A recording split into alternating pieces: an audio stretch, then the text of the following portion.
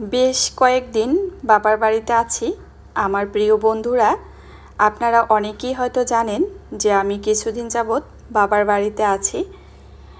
আর হঠাৎ করে রাতের আধারেই চলে আসলাম বাবার বাড়ি থেকে। তো কেনই বা চলে আসলাম সেটাই শেয়ার করছি আপনাদের সাথে। আশা করি প্রথম থেকে শেষ পর্যন্ত আমার সাথে থাকবেন, তাহলেই বুঝতে পারবেন। আসসালামু আলাইকুম, কেমন আছেন সবাই? আশা করি আল্লাহর রহমতে সবাই ভালো আছেন। বেশ কিছুদিন অনেক গরম যাচ্ছিল, আর তারপরে কিন্তু আমরা বৃষ্টির জন্য আল্লাহর কাছে প্রার্থনা করেছি। তো তার কিছুদিন পরেই কিন্তু বৃষ্টি হয়েছে।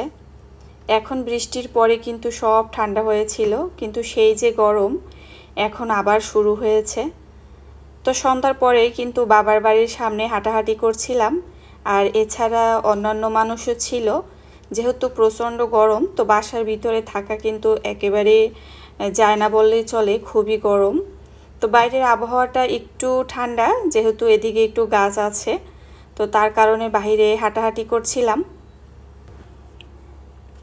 সাথে মনটাও একটু খারাপ ছিল, কারণ কয়েকদিন বাড়িতে ছিলাম, বাবার বাড়িতে।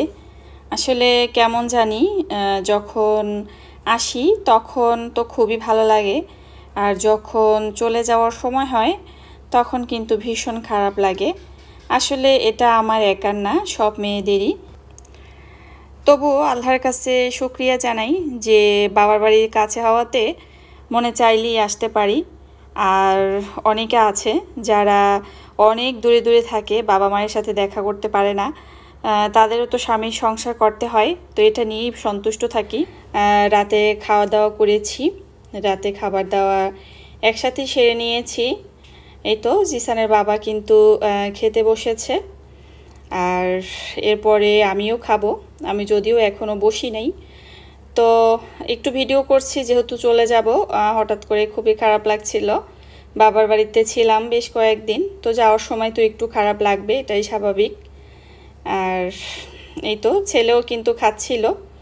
তো যাই হোক, হঠাৎ করে আসা আর কাপড় চোপড় গুছিয়ে নেওয়া, এটা কিন্তু একটা ঝামেলাই। তো কিছু করার নেই, যেহেতু যেতে হবে, এই কারণে আর কি গুছিয়ে নিচ্ছি। আর আমি এতদিন বেশ কয়েকদিন বাবার বাড়ির ভিডিও শেয়ার করেছি।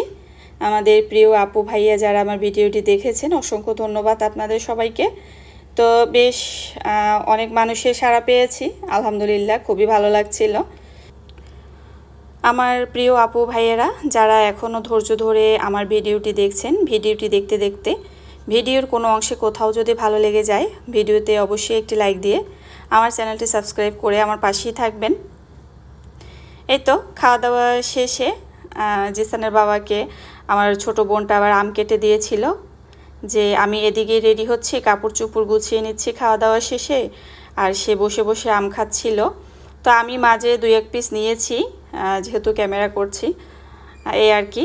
তো এবারে বছরে পাকা আম প্রথম খেলাম বাবার বাড়িতে, আলহামদুলিল্লাহ। আর জিসানের বাবাও খাচ্ছিল। এরপরে আমরা রেডি হয়ে গিয়েছি। আর ওইদিকে আমার ভাই বাজারে গিয়েছে, ও সেখান থেকে সিএনজি নিয়ে আসছে। তো এই তো গাড়ি সামনে আছে, আমি এখন গাড়িতে উঠবো, যেহেতু মাইমুনা খুবই ছোট, ওকে নিয়ে সিএনজিতে যেতে আমার সুবিধা হবে। আর এই তো জিসানের বাবা এখানে দাঁড়িয়ে আছে, আর জিসান ওর বাবার সাথে বাইকে চলে যাবে। এই তো আমাদের বাসার সামনে থেকেই কিন্তু আমি এখন গাড়িতে উঠছি। আর মা বাবা ভাই বোন পরিবারের 4 জন মানুষ আমার জন্য সামনে দাঁড়িয়ে আছে, জিসানের জন্য। তো ইদানিং দেখছি আমার চাইতে তার নাতি নাতনির জন্য বেশ মায়া। তো কেন জানি না, হয়তো এমনটাই হয়। পরিস্থিতিতে যখন পড়বো তখন বুঝতে পারবো যে আসলে কারণটা কি, মেয়ের জন্য বেশি মায়া নাকি নাতি নাতনির জন্য। আসলে হঠাৎ করে বাবার বাড়ি থেকে বিদায় নিচ্ছি না, কারণ আগে থেকেই জানতাম যেহেতু আমাকে আসতে হবে। সব সময় তো আর সারা জীবন থাকতে পারবো না, বাসায় নিজের বাসায় তো আসতেই হবে। কিন্তু একমাত্র আমার ছেলেটার জন্য আসা, কারণ ও সারাক্ষণ দুষ্টুমি করে। বিকেলবেলাতে কিছুতেই আসতে চায়নি, কারণ সে বিকেলবেলা তার বন্ধুরা খেলাধুলা করছে, এ কারণে তাকেও তাদের সাথে খেলাধুলা করতে হবে, আর তার মাঝখান থেকে যদি ওকে নিয়ে যাই তাহলে ওর মনটা আরও বেশি খারাপ হবে। তো এই জন্য ভাবলাম একেবারে রাতে খাওয়া দাওয়া করে চলে যাব, এই কারণে আসা। কিন্তু আমি বাবার বাড়ি থেকে কখনোই দিনের বেলাতে আসি না, সব সময় রাতের বেলাতেই আসি, একেবারে রাতের খাওয়া দাওয়া সেরে তারপর আসি। কারণ বাবার বাসা থেকে আমার বাসায় আসতে হয়তো 20 থেকে 25 মিনিট সময় লাগে, এজন্য তেমন একটা চাপ নেই, একেবারে রাতের খাওয়া সেরে তারপরে চলে আসি। এসে ফ্রেশ হয়ে তারপরে একেবারে রিল্যাক্সে ঘুম দেই। তো আসলে এটাই বিষয় ছিল যে শুধু ছেলেটার কারণে আসা হয়নি, ছেলেটা ওর বন্ধুদের সাথে মানে খেলাধুলা করে দিনের বেলাতে, বিশেষ করে বিকালবেলা তো সব বাচ্চারাই দুষ্টুমি করে, তো তাদের ভিতর থেকে আমার বাবাটাকে নিয়ে আসতে চাই না, তখন ওর মনটা আরও বেশি খারাপ থাকবে, এতটাই কারণ ছিল।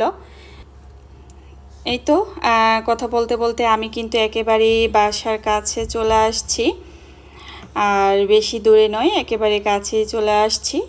আপনাদের মাঝ থেকে এখন বিদায় নিয়ে নিব, তবে আজকে বিদায় নিচ্ছে আমি নিব না, আমার ছেলে নিচ্ছে, তো ছেলের মাধ্যমেও আমার বিদায় নেওয়া হয়ে যাবে।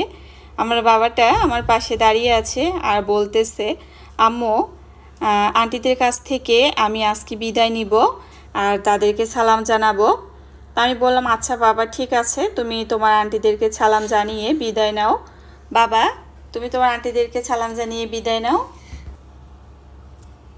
আঙ্কেল আন্টি এখন আমি বিদায় নিলাম, সবাই ভালো থাকবেন, আসসালামু আলাইকুম।